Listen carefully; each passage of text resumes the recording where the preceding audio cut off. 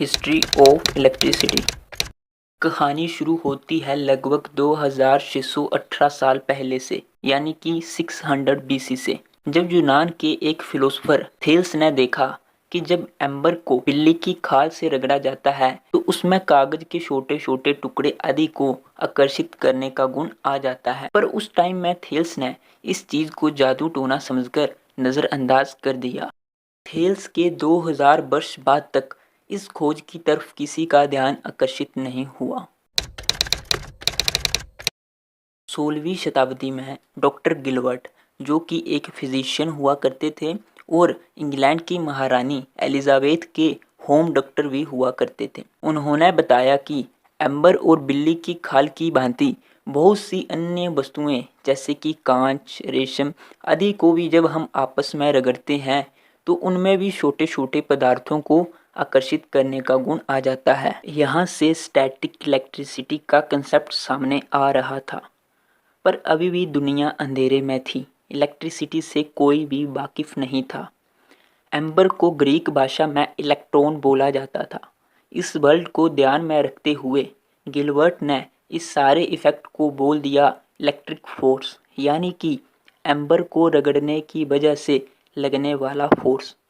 यहीं से electricity world पहली बार सामने आया। इसी के साथ गिलबर्ट ने एक ऐसा यंत्र बनाया था जिससे यह पता लगाया जा सकता था कि किसी मटेरियल में इलेक्ट्रिक चार्ज है या नहीं। उस यंत्र का नाम था इलेक्ट्रोस्कोप, और इलेक्ट्रोस्कोप पहला ऐसा इंस्ट्रूमेंट था जो कि मेजरमेंट के लिए यूज किया गया था।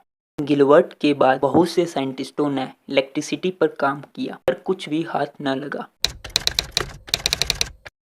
18वीं शताब्दी में अमेरिका के जाने माने साइंटिस्ट बेंजामिन फ्रैंकलिन ने इस पर काफी रिसर्च किया। उनके जज्बातों का पता आप इस बात से लगा सकते हो कि उन्होंने इलेक्ट्रिसिटी की रिसर्च के लिए अपनी सारी संपत्ति बेच डाली।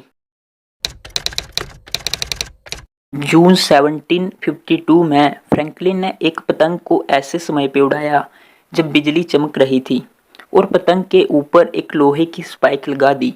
पतंग की डोरी गीली थी और उसमें एक चाबी को बांधा हुआ था। बिजली आसमान से पतंग पे गिर रही थी और पतंग की डोरी से होते हुए चाबी तक, और चाबी से फ्रैंकलिन के हाथों को छू रही थी।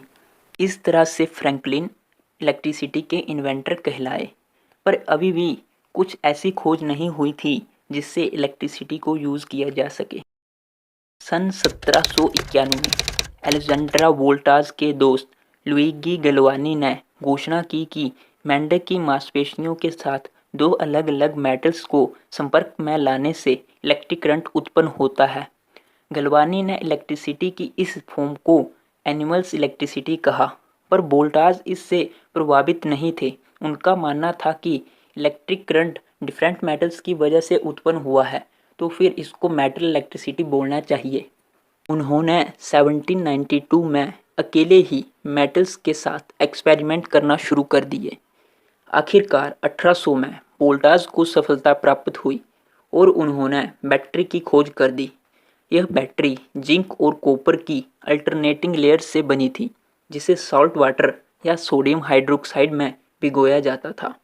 वोल्टाज के इस आविष्कार ने जल्द ही इलेक्ट्रिकल एक्सपेरिमेंट के ऊपर एक नई लहर का नेतृत्व किया।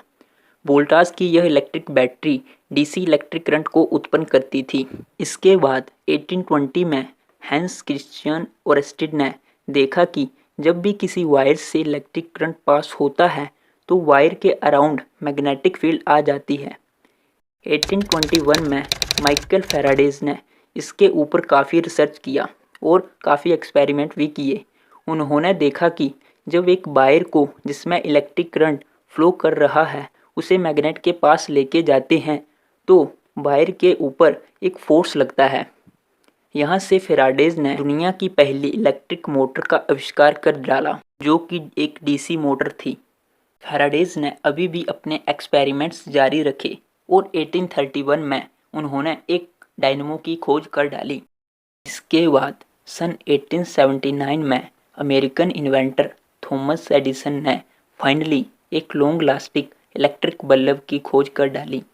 अब एडिसन ने अपनी इलेक्ट्रिसिटी प्रोडक्शन की कंपनीज खोलनी शुरू कर दी, जिनमें वो डीसी जनरेटर का यूज़ किया करता था। पर डीसी जनरेटर में कमी ये थी कि वो डीसी करंट को निकालता था और डीसी करंट को 2 या 3 किलोमीटर तक ही ट्रांसमिट किया जा सकता था, इससे दूर नहीं।